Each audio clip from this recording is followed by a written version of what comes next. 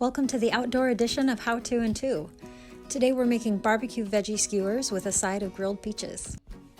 The first step is to make a simple marinade for our grilled veggies.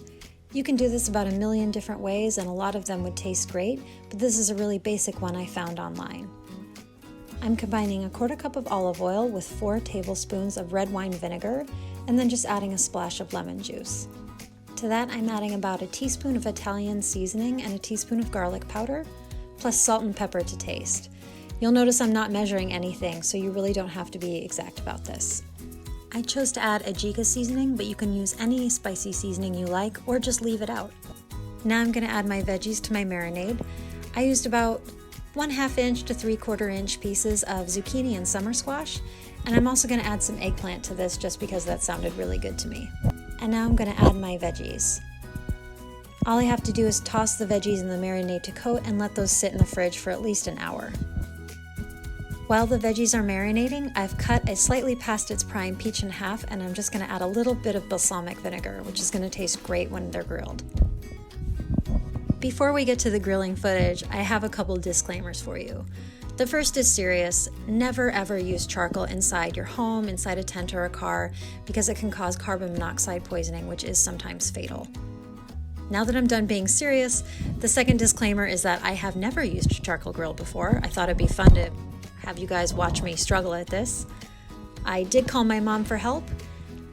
I definitely didn't do this right. And despite all that, the food still tasted really good. So apparently this has a pretty big margin for error. So just be safe and have fun. For the grilling, I'm going to tell you what eventually worked well as opposed to what I actually filmed. Wisdom I found online says to make a ball of newspaper and put that underneath your pyramid of charcoal briquettes. This means you don't have to use lighter fluid, which frankly kind of freaked me out anyway, and it smelled terrible. Before I light the coals, I'm just going to grease the top grill so nothing sticks, which is really helpful if you're using a public grill, but you can also use foil instead of greasing it. Next, I really carefully lit the newspaper underneath the charcoal and let the fire burn until the coals were white and ashy and I could feel a lot of heat coming off the grill. Now that my charcoal looks about as ready as it's ever going to be, it's time for me to add my veggies.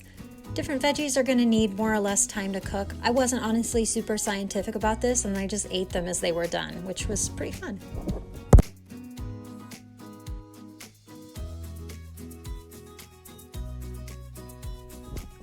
To cook veggies evenly, it's a good idea to flip them about halfway through cooking. I did notice the green onions didn't really need to be flipped, and they cooked a lot more quickly than the eggplant. Because certain coals might be burning hotter than others, you may find that there's spots on your fire that are just burning a lot hotter. The eggplant looks a lot worse than it tasted. It looks burnt, but it was still pretty good.